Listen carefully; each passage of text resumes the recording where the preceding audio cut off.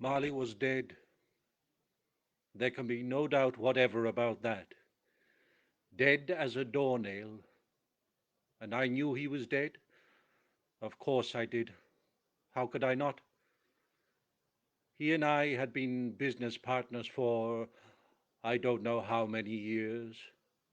I was his sole friend, his sole executor, his sole administrator, and sole mourner. The mention of Marley's funeral brings me back to the point I started from. Marley was dead. This must be understood, or nothing wonderful can come of the story I am about to relate. Once upon a time, of all the good days in the year, on Christmas Eve, I was busy in my counting house.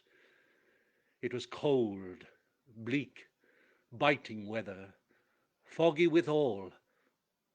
I could hear the people in the court outside go wheezing up and down, beating their hands upon their breasts and stamping their feet upon the pavement stones to warm them. The city clocks had only just gone 3, but it was quite dark already. It had not been light all day. The fog came pouring in at every chink and keyhole, and was so dense without that although the court was of the narrowest, the houses opposite were mere phantoms.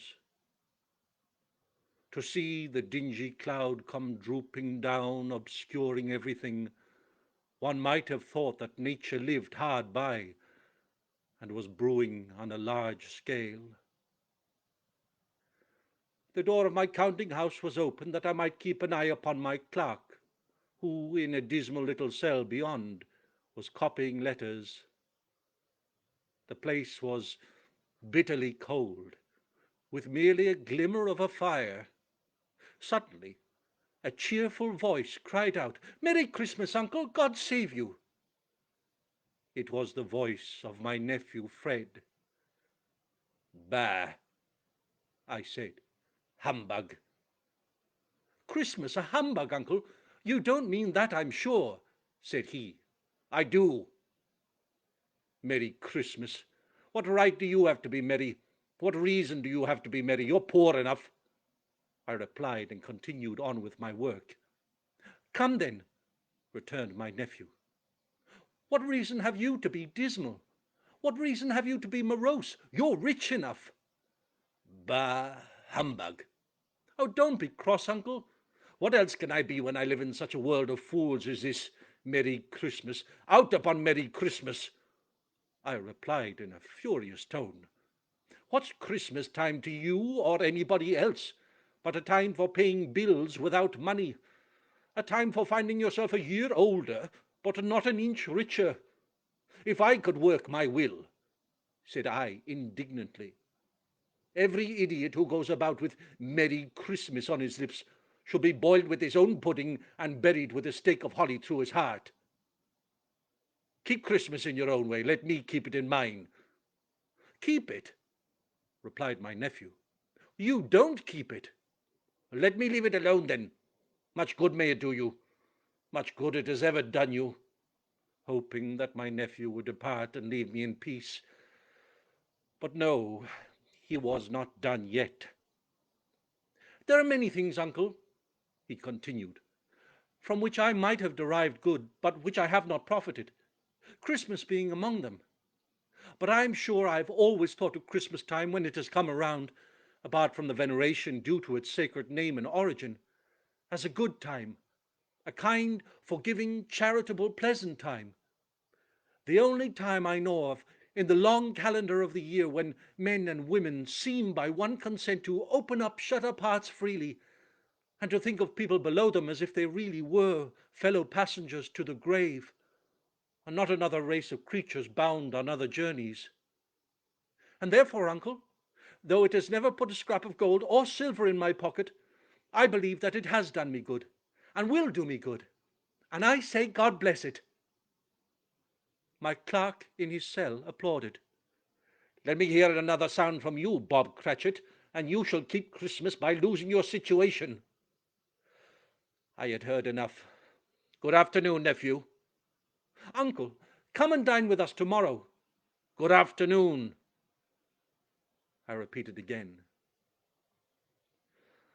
My nephew left the room without an angry word notwithstanding. He stopped at the outer door to bestow the greetings of the season on my clerk, who, cold as he was warmer than I, for he returned them cordially. That's another fellow, I muttered to myself. Bob Cratchit, with 15 shillings a week and a wife and family talking about Merry Christmas. I'll retire to Bedlam. This lunatic Cratchit, in letting my nephew out, let 2 other people in. They now stood with their hats off in my office. They were collecting money for the poor. I refused to give these gentlemen anything.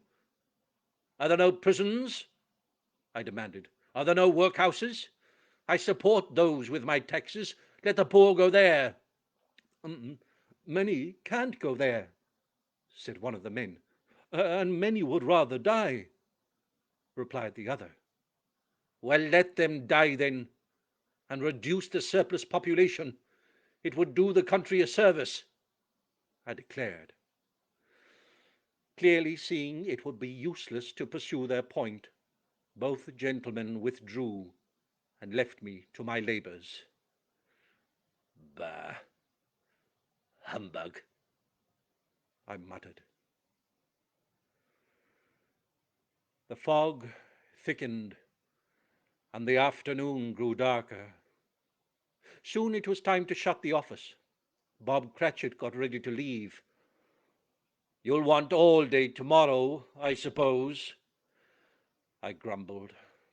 If it's quite convenient, sir, said Bob in a timid voice. It's not convenient, and it's not fair. I shall have to pay you a whole day's wages for no work. It's only once a year, Mr. Scrooge, said he as he put out the candle near the window. And that is once too often. But I knew I had to let him off.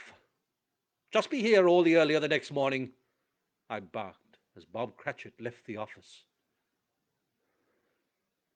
That evening I ate my melancholy supper in a melancholy tavern, which it must be said did not offer much in the way of comfort and warmth.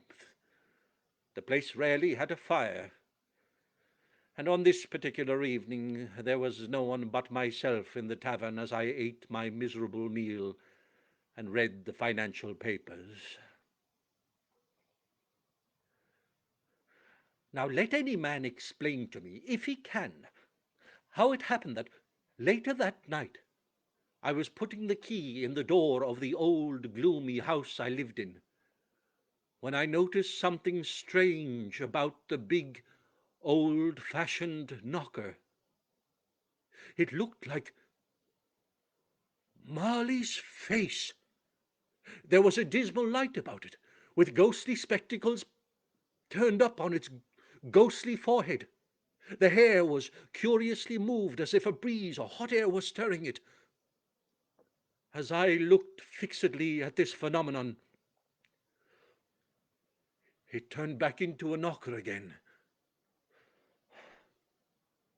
I was not frightened.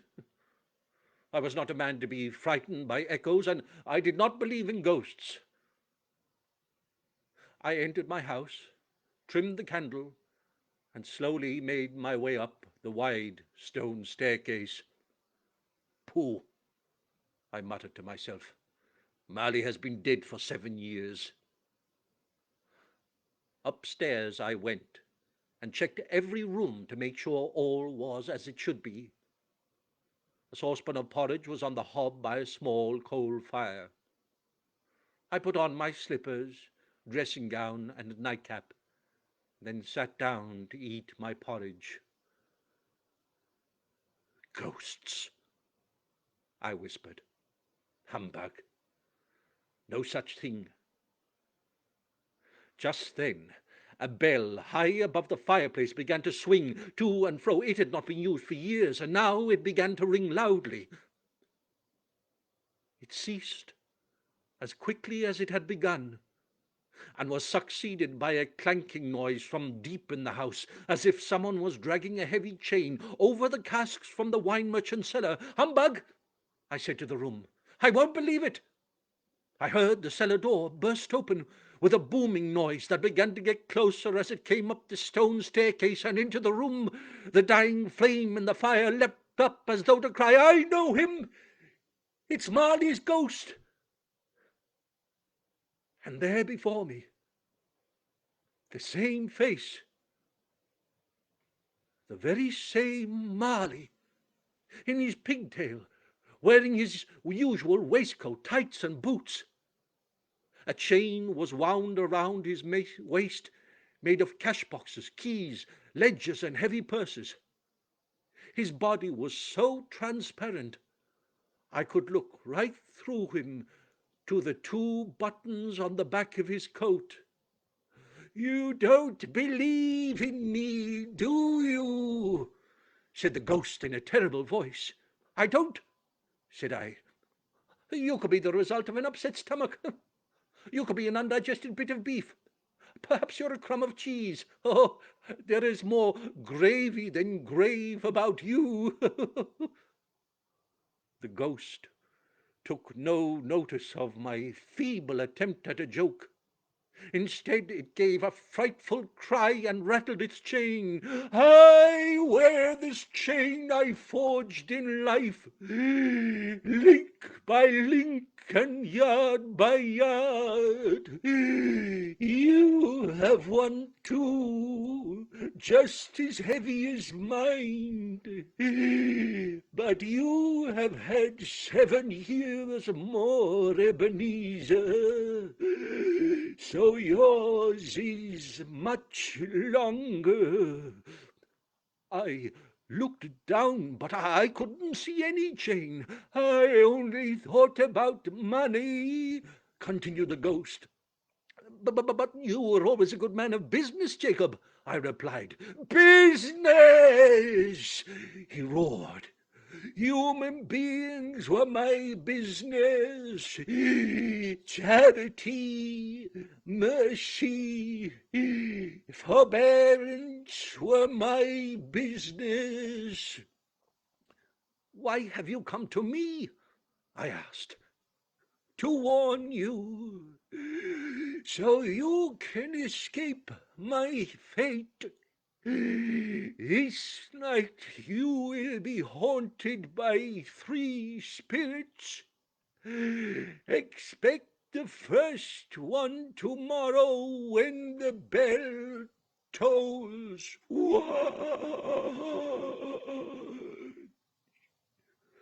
Then Marley's ghost wrapped his chains about his arm and walked backwards away from me towards the window. It beckoned me to approach. The night air was filled with phantoms wandering hither and thither in restless haste. They were crying out and trying to reach the suffering human beings they had not helped when they walked among the living.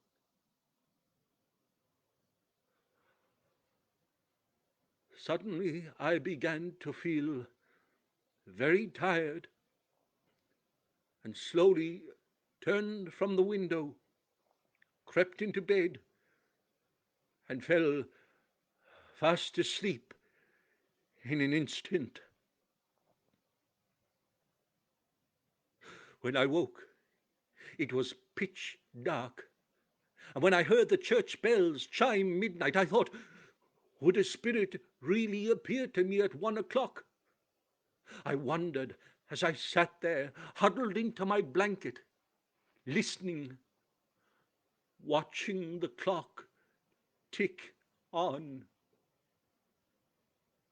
At last, the clock boomed out 1. Lights flashed up in the room, and the curtains on my bed were drawn back.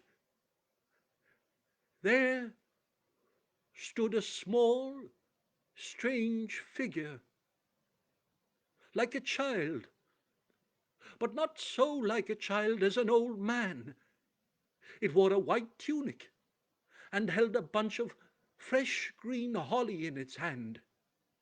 From its head there shone a bright, clear jet of light, and it wore a cap like a candle snuffer which could be used to put out its light. "Who are you?" I choked in a barely audible voice. "I am the ghost of Christmas past." "Long past?" I asked. "No," replied the spirit. "Your past." "What brings you here?" "I've come," the spirit continued, "to remind you, to help you. Now rise and walk with me," he said as he reached out and clasped my arm. I was in such a state of wonder and amazement I could do nothing but get out of bed, and still in my nightclothes took the spirit's outstretched hand, and in no more than the blink of an eye we were walking along a country lane. Boys were walking along the road, calling to one another in great spirits. They were all going home for the Christmas holidays. I knew these boys. I could recite each name.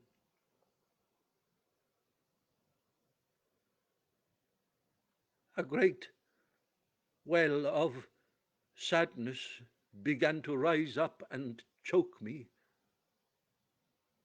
I remembered what it felt like to be alone and forgotten at Christmas, to be left behind in that grim, cold, gloomy classroom, a solitary child forgotten by everyone. I saw myself, a poor, neglected figure, reading quietly, alone. Slowly the tears fell upon my cheeks as I stood there watching the little boy I had been. I could not help thinking about the little boy who had been outside my office, and I wished with all my heart that I had given him something. Then the picture faded. The spirit waved his hand and a new scene appeared before me. It was the same schoolroom. The boy was older, alone again. He was staring mournfully at the door. Suddenly it opened, and a girl much younger than the boy came rushing in and put her arms around him. It was my sister. She had been sent to bring me home for Christmas. She was always a delicate creature, I whispered. She died young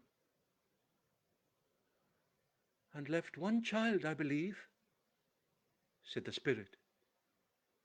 Your nephew. Yes,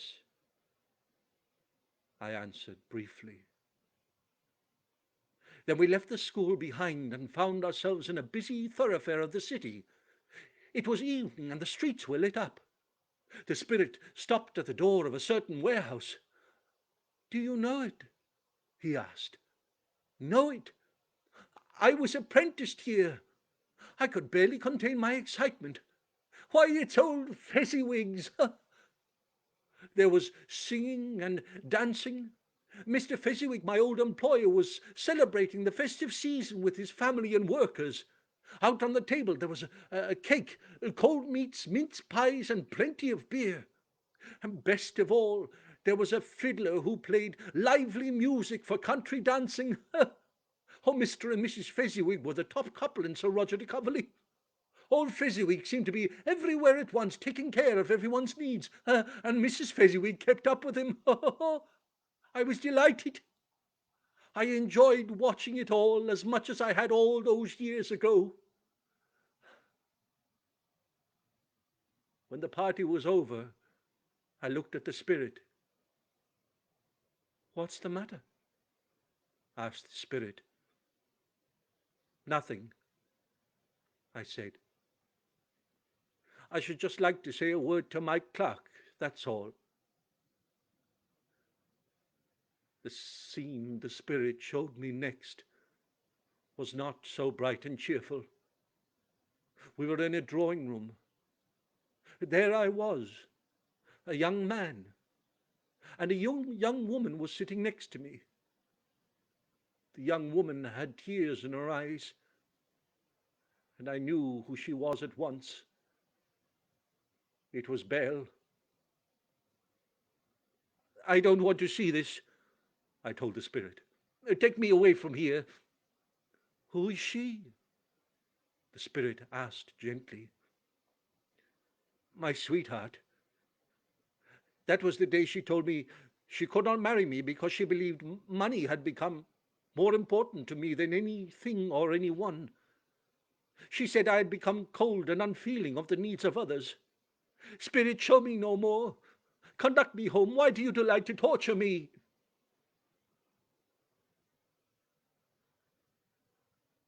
All of a sudden the spirit was gone, and I was back in my own cold, lonely room. I stood looking about me for some time, and just as I was about to go and light a candle, I heard a strange voice call me by my name. "Ebenezer, Ebenezer." The room began to fill up with light, and the walls and ceiling were so decorated with holly, ivy, and mistletoe that it looked like a living grove. Heaped up on the floor in the shape of a throne were roast turkeys, geese, joints of beef, sausages, mince pies, and Christmas puddings. And in the midst of it all was a giant, dressed in a deep green robe edged with white fur. "I am the ghost of Christmas present. Come in, man. You have never known the likes of me before," said the giant in a deep, warm voice. Slowly, I walked into the middle of the room. "Spirit," I said, "please conduct me where you will. If you have aught to teach, let me profit by it." The giant held out his hand. "Hold fast to my robe." Everything vanished. We stood on a city street. People were milling about. It was Christmas morning. Church bells rang out, and at the same time innumerable people who could not afford to cook at home were carrying their dinners to the baker's shop. And on those people, the spirit who stood in the doorway would sprinkle a few drops from his torch in blessing as they went past. The spirit waved his arm, and we were in front of a humble little house. It was the home of my clerk, Bob Cratchit.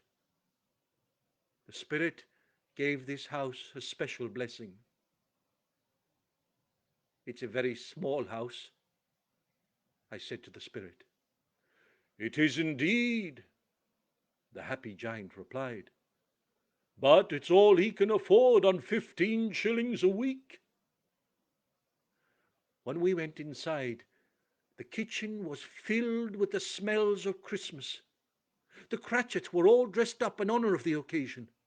Mrs. Cratchit and her daughters had twice turned dresses, but they were brave with bright ribbons. While young Master Peter was sticking a fork into a bubbling saucepan of potatoes, one of the girls put out the cloth. Mrs. Cratchit was looking out the window with an anxious look on her face. Suddenly her expression relaxed into a relieved smile, and she called out to the children, "Here comes your father and Tiny Tim." The front door of the house opened, and in came Bob Cratchit with a little boy sitting on his shoulder. The boy was very small and thin. Alas for Tiny Tim, he carried a crutch, and his limbs were supported by an iron frame. But he was laughing as his two brothers came charging in behind him. They had just come from the baker's with the goose, and I caught the delicious smell of it as they brought it in high on the tray. Oh, such a bustle ensued, you would think a goose the rarest of birds. Mrs. Cratchit made the gravy, Master Peter mashed the potatoes, the girls dished up the apple sauce and put out the warm plates. Oh, there was never such a goose. And they sat round the table, and Bob said grace. Then Mrs. Cratchit carved the goose, and the smell of sage and onion stuffing filled the room. I could almost taste it. It smelled so delicious. Next came the Christmas pudding. Mrs. Cratchit entered, flushed but smiling, proud of her pudding, blazing with brandy and with a sprig of holly on top. "Oh, my dear," said Bob, "you have outdone yourself. I wish a Merry Christmas to us all, my dears. God bless us." "God bless us, every one," said Tiny Tim. "Tell me, Spirit, will Tiny Tim live?" I was almost afraid to hear his reply. "I see an empty chair, and beside it a little crutch. If these shadows remain unaltered by the future, then the child will die. But why should you care? Let him die. There are too many poor people in the world." I was horrified to hear my own words repeated back to me, and was silent with shame. How could I have said such things? What had I become? "Time to go," said the Spirit, and with a final blessing on Bob and his family, the scene changed. Then the Spirit showed me what Christmas meant to people in lonely, faraway places, to miners who labor in the bowels of the earth, to men standing watch in lonely lighthouses by stormy seas, to sailors on board heaving ships, sailing through the dark night, singing carols as they went. Suddenly, I heard a hearty laugh, and turned to see a bright room full of the sounds of people talking and laughing. But I was greatly surprised to see it was Fred, my nephew. "Oh, this is my nephew's house," I said aloud. "It is indeed," the Spirit replied. "Fred was having a Christmas party." "How is that disagreeable uncle of yours, Fred?" I heard one of my nephew's guests ask. "He said Christmas was a humbug. As I live, he believes it too. He is a comical old fellow, and that's the truth, and not as pleasant as he could be. I am sorry for him, and could not be angry with him if I tried," my nephew replied. "Who suffers by his ill whims? Himself always. He takes it into his head to dislike us, and he won't come and dine with us. And what are the consequences? He loses out on some pleasant moments which would do him no harm. I mean to give him the same chance every year, whether he likes it or not. Let's have some music and singing." And with that, they all started to sing.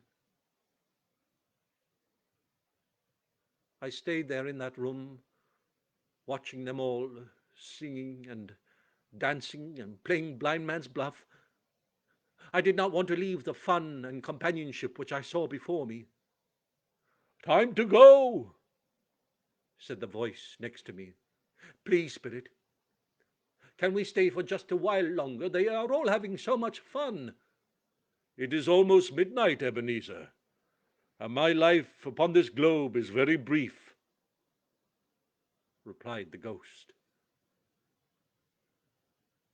Then I noticed that he had grown smaller, and his hair had turned grey. "Is your life so short?" "Yes, it ends at midnight." Then I noticed something hiding in the folds of the Spirit's robe. 2 children were sheltering there, a boy and a girl. Wretched, abject, frightful, hideous, miserable, where graceful youth should have filled their features and touched them with the freshest tints. A stale and shriveled hand like that of old age had pinched and twisted them and pulled them into shreds. "Are these your children?" I asked in a horrified voice. They are man's. The boy is ignorance, and the girl is want. Beware of them both. These are the children of the world that have no parents, no one to make a Christmas for them. Is there nowhere for them to go? I begged. Are there no prisons? Said the spirit, turning on me with my own words. Are there no workhouses? Let them go there. I hung my head in shame.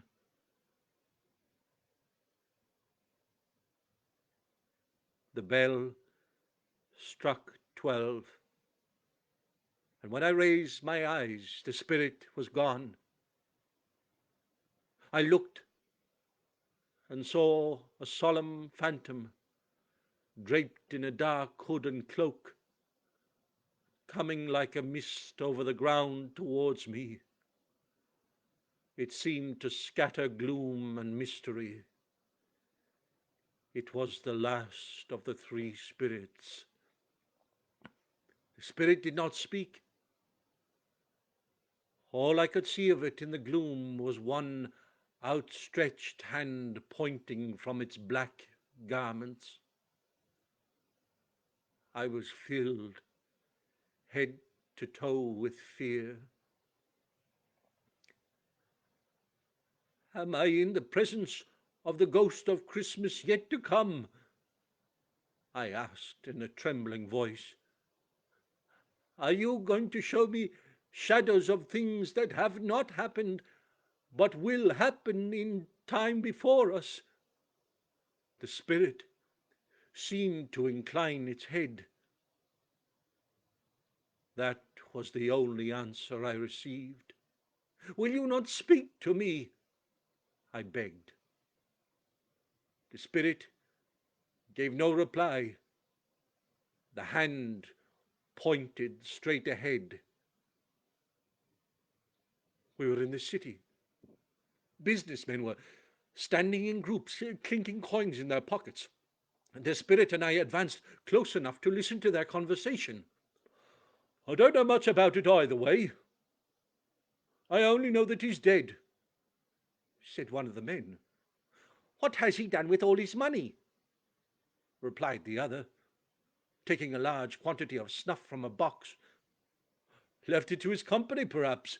He hasn't left it to me, laughed the first man. Upon my life, I don't know if anyone will go to the funeral, he continued. He didn't have any friends. I began to wonder who it was they were talking about. Who are they talking about, spirit? I asked. The spirit answered not a word, but took me to the poorest part of London. The ways were foul and narrow, the shops and houses wretched, the whole quarter reeked with crime, filth, and misery. Beneath a low roof there stood a shabby old rag and bone shop, where iron, old bottles, and heaps of rusty keys were hidden among the mountains of unseemly rags. A man was sat by a charcoal cove, waiting for customers. I did not like this place, and could not understand why the spirit had brought me here. Men and women came in out of the murky night, carrying bundles. They had some bedding, clothes, and old curtains to sell. Where'd you get these, then? Croaked the rag and bone merchant. The miser we took them from won't be needing them again, cackled the woman. If he hadn't been such a wicked old man, he might have had someone to look after him when he was dying, said one of the men as he threw some silver down. Serves him right. Never did any good for anyone who was alive. I watched as the merchant gave them a few coins. Doesn't anyone feel anything about this man's death? The ghost spread its dark robe out like a wing, and then drew it back to show a room where a young woman sat with her children. Her husband came in looking ill and worried, yet there was a look of joy on his face too. "We have more time to pay our debt," he said. "Has the old miser relented then?" His wife asked eagerly. "He's beyond relenting. He's dead," replied her husband. "We may sleep tonight with light hearts, Caroline." The wife's face brightened. The only feeling anyone had for this man's death was relief. "Is there no one in this city who feels the loss and sadness of the passing of a loved one?" I asked. "Let me see some kindness connected with a death. Surely not all are bereft of sadness at the passing of another." In reply to this request, the spirit conducted me through several streets until we entered the house of Bob Cratchit, and found Mrs. Cratchit sitting by the fire. The noisy little Cratchits were as still as statues in one corner. The house felt very empty. "It's very quiet, Spirit." "Why is it so quiet?" I asked, almost not wanting to hear the reply. "Your father is late tonight," whispered Mrs. Cratchit. "Father walks slower than he used to with Tiny Tim on his shoulders," said Peter in a sad little voice. The door to the little house opened, and Bob came in slowly. "I'm sorry I'm late, dear," said Bob in a low voice. "I stayed at the cemetery longer than I intended. It's a lovely place. I promised Tiny Tim we would go there every Sunday. I wish you could have gone, my dear. It would have done you good to see how green the place is. We must never forget Tiny Tim, and we must never quarrel with one another, for he was always so patient and good. My little child, my little child." I stood there, watching as Bob hugged his children to him as if he would never let one of them go. And my heart broke.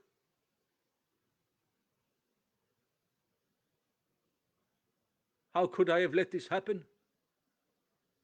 "Spirit," I said with sudden anxiety, "show me myself as I shall be in years to come." The spirit took me to my office. The furniture was not the same, and the figure in the chair was not myself. I began to feel a sense of dread as we walked on. The hooded figure took me to an iron gate that led into a neglected churchyard, overrun with grass and weeds, choked up with too much burying. A worthy place. The spirit stood among the graves, and with his long finger pointed to one. "Before I draw nearer to that stone to which you point," I said, "answer me one question. Are these things that will happen, or are they things that may happen?" The spirit just continued to point at the grave without speaking. I crept towards it, trembling as I went, and read the name engraved upon it. Ebenezer Scrooge. "No, no," I cried, clutching tightly at the spirit's robe. "Hear me, I am not that man I was. I will not be that man. Why show me this if I am past all hope? What change? Can I change what you have shown me?" The spirit's hand began to tremble. "I promise," I pleaded. "I promise to keep Christmas in my heart all the year round. I promise to remember the lessons the spirits taught me, Christmas past, Christmas present, and Christmas future. Please tell me I can change the writing on this stone," I begged the spirit. I saw an alteration in its hood and dress. It shrank, collapsed, and changed into a bedpost. And the bedpost was my own. The bed was my own. And best of all, the time before me was my own to make amends in it. Oh, I will live in the past, the present, and the future. The spirits, all three, shall strive within me. I scrambled out of bed. I put on my clothes in the inside out, upside down, and anyway, laughing and crying at the same time. A Merry Christmas, everybody! I shouted. A Happy New Year to all the world! I heard the church bells ring out. I ran to the window and looked out. No fog, no mist, bright, jovial, stirring glow, golden sunlight, sweet, fresh air, merry bells, glorious, glorious. What's today, my fine fellow? I called down to the boy in the street. Today? Replied the boy in surprise. Why, it's Christmas Day, sir. I hadn't missed it. The spirits had done it all in one night, and it was still Christmas morning. Do you know the poulterers in the next street? I called down to the boy. Of course, replied the lad. Go and tell him I want the biggest turkey in the shop, the prize turkey hanging in the window. And bring him back with you so that I can tell him where to take it, and I'll give you half a crown. The boy ran off down the street and came back with the splendid turkey. I had it sent to Bob Cratchit, and chuckled to myself when I imagined the look of surprise on Bob's face when it arrived at his door. It was twice the size of Tiny Tim. After I sent the man off with the turkey, I dressed up in my best suit, went to church, and watched the people hurry to and fro. I wished them a Merry Christmas, and they returned the greeting. Never had I believed that any walk, that anything could give me such happiness. Then I spotted one of the gentlemen who had been collecting for the poor. Oh, I felt a pang in my heart when I remembered how I treated him. So I went up and whispered something in his ear. The gentleman looked amazed and delighted. A great many back payments are included in that, I said. Next, I walked up to my nephews, but I must confess I walked back and forth before I found the courage to knock upon the door. Well, bless my soul, said my nephew. Who is that? It's your Uncle Scrooge, I said, and I have come to have dinner. Will you let me in, Fred? Of course I will, Uncle, said Fred, and nearly shook my hand off. We had the most wonderful dinner party, and I joined in with it all. Games, dancing, and carol singing. Next morning I was up early. I wanted to catch Bob Cratchit coming late to the office. The clock struck 9. No Bob. 1:15. No Bob. Finally, a full 18.5 minutes past his usual time, he tried to sneak in unseen. He was on his stool in a jiffy, writing away as if he were trying to overtake 9 o'clock. I glowered at him, pretending to be my old horrible self. What do you mean by coming in this time of the day? I snapped. I'm very sorry, said Bob meekly. It's only once a year. I will tell you, my friend, I'm not going to stand for this sort of thing any longer, I said, giving Bob a poke in the ribs. And therefore, I continued, I am about to raise your wages. Bob thought I had gone mad. He looked about for a long wooden ruler in case he needed to defend himself. A Merry Christmas, Bob, I said. A merrier Christmas than I have given you for many a year, my dear fellow. Make up the fire, let's have a real blaze, and fetch another bucket of coal. I will raise your salary. and endeavour to assist your struggling family. And we'll brew up a smoking bishop this afternoon to celebrate.